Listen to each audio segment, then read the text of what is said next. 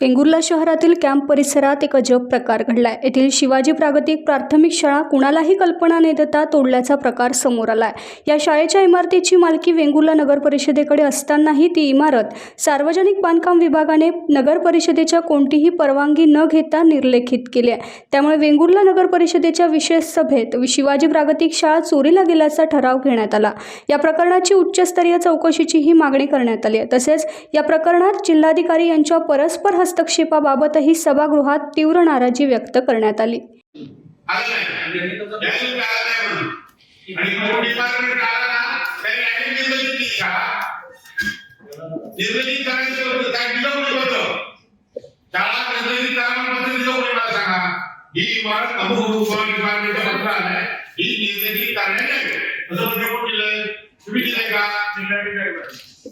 जिल्हाधिकारी तुम्हाला खूप उमेद आहे, सभागृह निर्णय करा, तुम्ही काय करणार काही करू नका। आम्ही बोल तुम्हाला माहिती सांगतो, जर ह्याच्या नगरपालिका क्षेत्रामध्ये जर एखाद्या मिनिस्टरला किंवा ग्राउंड पाहिजे, हेलिकॉप्टर पाहिजे, कुठे ग्राउंड पाहिजे असेल, अशी त्यांची मंजुरी घ्यावी लागेल। एखाद्या त्यांची मंजुरी असेल तर हेलिकॉप्टर उतरू शकत नाही।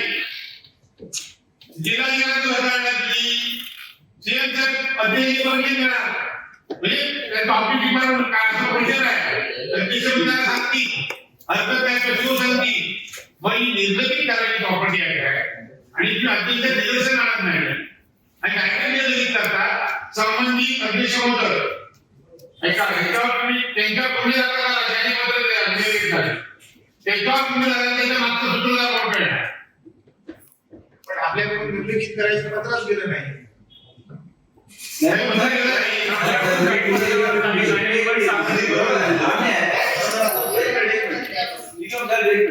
आपल्याकडून पत्र झालं नाही ही पहिली चूक। दुसरी चूक जिल्हाधिकाऱ्याने आपल्याला परत टाकली ना, मुख्याधिकारी आले कॉपी एक मिळालेलं आहे पत्र कधी मिळालं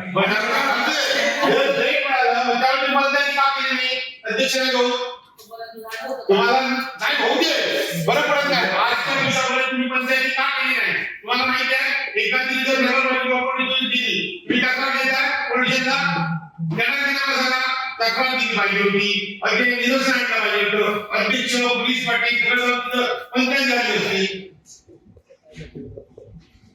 हो अध्यक्ष प्रशासन चालवून लागले हो, तुम्ही काय करता आम्हाला उद्या करा पंचनामा आज आता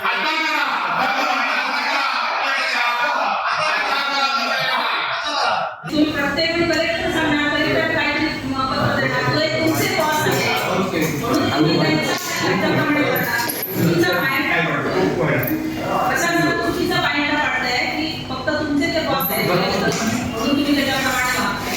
तर म्हटलं तर तुमची बॉडी असताना सुद्धा तो प्रश्न किंवा ती गोष्ट समोर येतच नाहीये, नगराध्यक्षांच्या समोर येत नाहीये।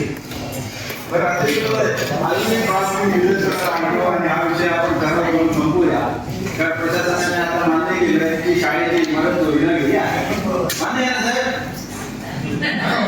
सार्वजनिक बांधकाम विभागाकडून कारवाई व्यवस्थित झालेली आहे।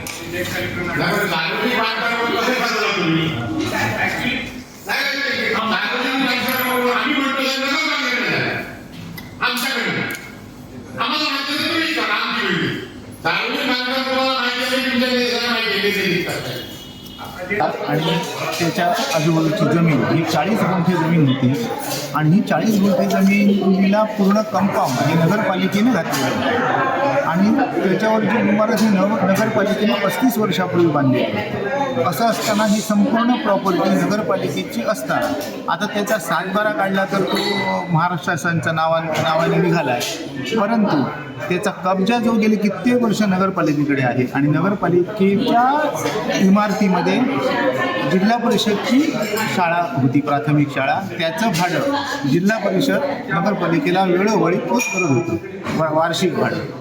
असं असताना त्यावर आज 4 वर्ष नगर परिषदमध्ये बॉडी नाही आहे, प्रशासकाचं राजवट होते। ह्या 4 वर्षाच्या कालावधीत अशा काही गोष्टी घडल्या ज्या चुकीच्या घडलेल्या आहेत, त्यावर झालेले ठराव चुकीचे झालेले आहेत। आणि आता आम्ही जेव्हा सत्तेत आल्यानंतर आम्हाला समजलं की ती शाळा निर्लेखित केली आणि त्या ते जिल्हा परिषद PWD विभाग हे त्यावर बांधकाम करतो आहे आणि तिथे अजून एक निवासी शाळेचं बांधकाम सुरू झालेलं आहे. याबाबत बॉडी पूर्ण अनभिज्ञ आहे. मी आणि माझे नगरसेवक पूर्ण अनभिज्ञ आहोत. या बाबतीत झालेला पत्रव्यवहार बघितला असता तो विषय आजच्या मीटिंगमध्ये ठेवला गेला आणि त्यावर सगळ्यांनी आपापली मतं मांडली. त्या सर्वांच्या मताप्रमाणे विचार केला तर नगरपालिकेच्या इमारतीचं निर्लेखन, नगरपालिकेचा कोणताही आदेश नसताना कोणताही कलेक्टर ऑफिसकडून निर्लेखनाचा आदेश दिला गेला, परंतु कलेक्टरच्या आदेशामध्ये नियमाप्रमाणे कारवाई करण्याचं पत्र PWD खात्याला दिलं होतं, तरीसुद्धा त्यांनी नगरपालिकेला कोणत्याही समज न देता आणि कोणतीही परवानगी न घेता शाळा निर्लेखन केलेली आहे. आणि ते निर्लेखन केल्यानंतर त्याचा जो भंगार असतो तो नगरपालिकेची इमारत असल्यामुळे त्याचं ऑडिट होणं, त्याचं व्हॅल्युएशन होणं आवश्यक होतं. तर व्हॅल्युएशन न होता ती शाळा निर्लेखित केलेली आहे आणि हे निर्लेखित केलेल्यानंतर तो जो भंगार आहे त्याची रक्कम नगरपालिकेला जमा केलेली नाही.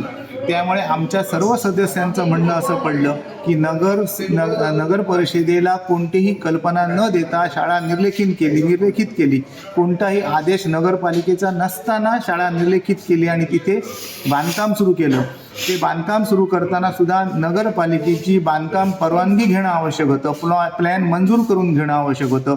एवढी निवासी शाळा जर बांधताय तर त्यामध्ये त्याप्रमाणे सुविधा ह्या नियमाप्रमाणे सोडल्या आहेत का, त्याची आजूबाजूची जागा नियमाप्रमाणे सोडली आहे का, ही कोणतीही परवानगी न घेता, नगरपालिकेची परवानगी न घेता या बांधकाम विभागाने केलेला आहे. याचा अर्थ ही शाळा चोरीला गेलेली आहे. त्यामुळे त्याच्यावर तात्काळ कारवाई व्हावी, पंचनामा व्हावा आणि तात्काळ काम थांबवण्यात यावं आणि संबंधित विभागांना त्याप्रमाणे पत्रव्यवहार करण्यात यावा असा ठराव करण्यात आलेला आहे. म्हणजे उच्चस्तरीय चौकशी करण्यात यावी, कारण यामागे कोण हे सगळं करतोय, नगर परिषदेच्या मालकीच्या इमारतीचा वापर हे कोणाच्या आदेशाने चालू आहे, यासाठी उच्चस्तरीय चौकशी करण्यात यावी असाही ठराव करण्यात आलेला. टाइम्स डिजिटलला लाईक करा, शेअर करा, सबस्क्राईब करा आणि बेल आयकॉन दाबायला विसरू नका. Times digital.